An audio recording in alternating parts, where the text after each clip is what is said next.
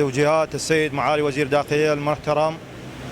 وبناء على أوامر السيد قائد شرطة ديالى المحترم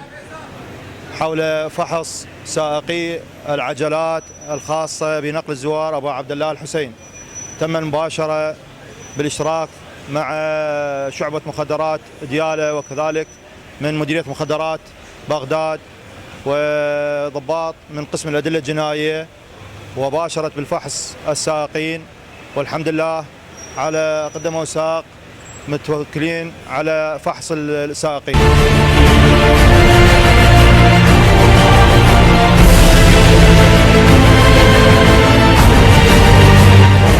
حسب توجيهات السيد معالي وزير الداخلية المحترم